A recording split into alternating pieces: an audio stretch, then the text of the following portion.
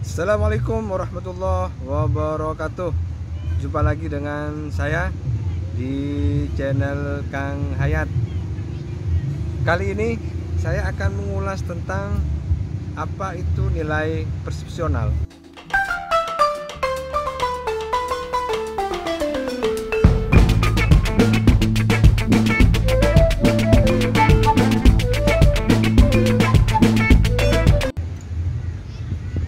Bagi yang belum subscribe, silakan di subscribe dulu. Jangan lupa tekan tombol loncengnya untuk terus mengikuti video-video terbaru saya. Semoga memberikan kemanfaatan dan kebaikan bagi banyak orang. Bahwa nilai persepsional itu hanya ada dua di dalam proses penilaiannya. Nanti untuk video cara menilai persepsional akan saya bahas sendiri. Tetapi secara umum saya sampaikan bahwa nilai persepsional itu hanya ada dua yang bisa menjadikan acuan. Yang pertama adalah di dalam proses nilai persepsional itu ada tinggi, ada rendah, ada sedang. Ada tinggi, sedang, rendah. Jadi usahakan dalam proses penilaian itu bisa menghasilkan nilai yang tinggi. Nilai yang tinggi itu maka akan menjadikan Bapak Ibu lulus nilai persepsional diri dan lolos data D4 ke D5. Karena lulus persepsional diri belum tentu lolos di data D5. Misalnya begini, lulus persepsional diri, lulus nilai persepsional itu ketika nilainya sedang dan tinggi dengan akumulasi nilai secara keseluruhan dari 10 penilaian yang dinilai itu nilai akumulasinya adalah 4,5. Di atas 4,5 maka sudah dikatakan lulus untuk nilai persepsional diri. Maka lulus nilai persepsional diri ini juga belum tentu lolos di data D4 karena nanti dimasukkan di nilai persepsional diri. Nilai persepsional itu akan digabung menjadi nilai gabungan, diakumulasikan di nilai gabungan. Apakah nilai persepsional diri yang lulus itu bisa lolos enggak di nilai gabungan? Karena di nilai gabungan itu akumulasi nilai gabungan itu di atas 4,00.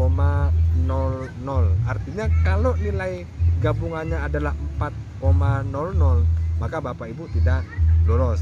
Tapi harus di atas 4,00 atau 4,01, 4,02 itu lolos D4. Walaupun nilai persepsionalnya lulus, nilainya sedang atau tinggi, nilai konsistensinya tinggi atau sedang, maka Bapak Ibu juga tidak menjadi jaminan bakal lolos di data D4. Kemudian yang kedua adalah bahwa nilai persepsional diri itu rentang nilainya dikatakan lulus itu ketika melebihi 4,5.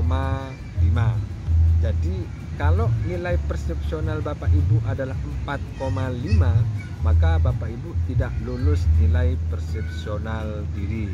Maka nilai persepsional diri itu harus di atas 4,5. Maka bagaimana kalau misalnya di nilai persepsional tidak lulus misalnya, apakah bisa memungkinkan di nilai gabungan lolos? Tidak mungkin, karena di nilai persepsional itu sudah pasti mengatakan, sudah pasti bahwa kalau tidak lulus nilai persepsional maka tidak bisa dilanjutkan ke nilai gabungan. Nanti ada keterangannya, tidak lulus nilai persepsional diri, maka nilai persepsional dirinya itu tidak bisa dihitung di nilai gabungan. Sehingga nilai persepsional diri harus lulus, di nilai data D4 itu harus lolos. Maka Bapak Ibu bisa berangkat menuju ke data D5. Kalau nilai persepsional dirinya lulus tapi tidak lolos di data gabungan, maka Bapak Ibu tidak lolos untuk melanjutkan ke data D5. Kalau Bapak Ibu tidak lulus di data penilaian persepsional dirinya, maka Bapak Ibu juga tidak bisa melanjutkan, tidak lolos di data gabungan dan tidak bisa melanjutkan ke data di dalam proses D4. Maka teman-teman dosen itu nanti akan menilai, teman-teman calon dosen yang sertifikasi itu akan dinilai dari 5 hal. Yang pertama adalah jabatan akademik, yang kedua adalah kepangkatan. Jabatan akademik itu asisten ahli dan pendidikan terakhir. Kalau S2 4, kalau S3 asisten ahli itu 5, kalau lektor S2 itu 5, kalau lektor S3 itu 6, dan seterusnya. Itu jabatan akademik dan pendidikan terakhir itu menjadi akumulasi dari nilai. Yang kedua adalah kepangkatan. Yang kedua adalah golongannya 3B, 3C atau 3D. Kalau 3B itu nilainya 4. Maka ini sudah pasti sesuai dengan dimana kondisi dosen itu ketika proses sertifikasi, itu pasti. Terus yang kedua, yang ketiga adalah nilai TKBI. Nilai TKBI itu tes kemampuan bahasa Inggris. Itu kalau yang sudah punya pasti sudah memiliki, tinggal akumulasi skornya berapa. Di video ini sudah saya jelaskan di video tentang nilai gabungan. Itu ada nilai TKBI dan TKDA. Jadi TKBI misalnya sudah pasti nilainya misalnya 4. Kemudian nilai TKDA juga itu sudah pasti. Karena harus disiapkan sejak dini. Karena kalau tidak maka akan mengalami kesulitan-kesulitan karena proses tesnya juga cukup lama, pendaftarannya juga cukup menguras tenaga. Maka ini juga harus sudah disiapkan sejak awal. Tetapi yang belum pasti untuk hari ini dalam proses D4 itu adalah nilai persepsional, di mana nilai persepsional itu adalah nilai terakhir dari rangkaian nilai gabungan di dalam Serdos. Maka strategi yang paling penting di dalam proses D4 menuju ke D5 atau proses lolos D4 ke D5 itu sebenarnya inti atau kuncinya itu berada di nilai persepsional. Kalau dinilai jabatan akademik sudah aman, dinilai kepangkatan atau golongan sudah aman, TKBI sudah aman, tetapi di TKDA sudah aman, tetapi dinilai persepsional ini menentukan apakah lolos D4 atau tidak lolos ke D5. Maka nilai persepsional harus diukur dengan keberadaan diri kita, baik secara sosial, secara pedagogik, atau perilaku kita, atau proses di dalam pembelajaran yang kita lakukan. Dalam proses penilaian persepsional, maka ada banyak hal atau ada 5 hal yang perlu disiapkan di dalam proses penilaian persepsional. Jadi penilaian persepsional itu adalah kita menilai diri kita, kita dinilai oleh atasan kita dinilai oleh teman sejawat kita, dan kita dinilai oleh mahasiswa. Artinya orang-orang yang paling dekat dengan kita itu menilai tentang diri kita. Kita sebagai dosen tentunya atasan kita tahu tentang perilaku, tentang sikap kita, tentang pembelajaran kita. Kita juga sebagai dosen tentu ada banyak kolega atau sejawat yang ini juga menjadi bagian penting di dalam mengetahui kira-kira dosen yang disertifikasi itu bagaimana perilaku dan sikapnya. Termasuk mahasiswa yang diajar itu juga tentunya mengetahui tentang proses atau tentang perilaku atau aspek sosial dari dosen itu sendiri. Maka ada 5 hal yang perlu dibangun oleh dosen yang akan disertifikasi. Itu yang pertama adalah selalu bersikap jujur atau berperilaku jujur.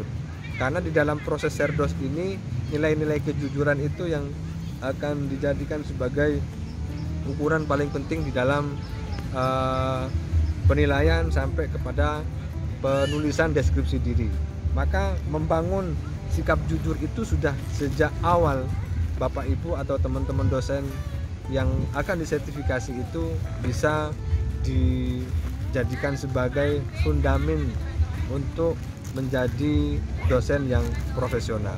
Jadi nanti ketika Bapak Ibu menulis deskripsi diri, ini juga dibutuhkan nilai-nilai kejujuran yang tinggi. Yang kedua adalah di dalam proses pengerjaan nilai persepsional, maka dibutuhkan nilai kesungguhan kita di dalam mengerjakan nilai persepsional itu. Artinya kesungguhan, keseriusan kita di dalam proses itu, maka kita mencari teman sejawat yang akan menilai kita, yang memang tahu betul tentang diri kita, yang koncoplek misalnya, boleh itu dijadikan sebagai kolega yang menilai kita, karena ini untuk mengukur tentang sejauh mana kepribadian dosen yang dinilai, tentang nilai-nilai sosialnya seperti apa, kemudian proses pembelajarannya seperti apa, itu untuk diketahui dan direkod dalam sebuah sistem. Maka ini menjadi bagian dari ikhtiar dari calon dosen yang akan disertifikasi untuk sungguh-sungguh melaksanakan atau melakukan penilaian persepsional, baik yang menilai diri kita atau orang lain. Yang ketiga, nilai persepsional itu dibangun dengan persepsi yang baik dan benar.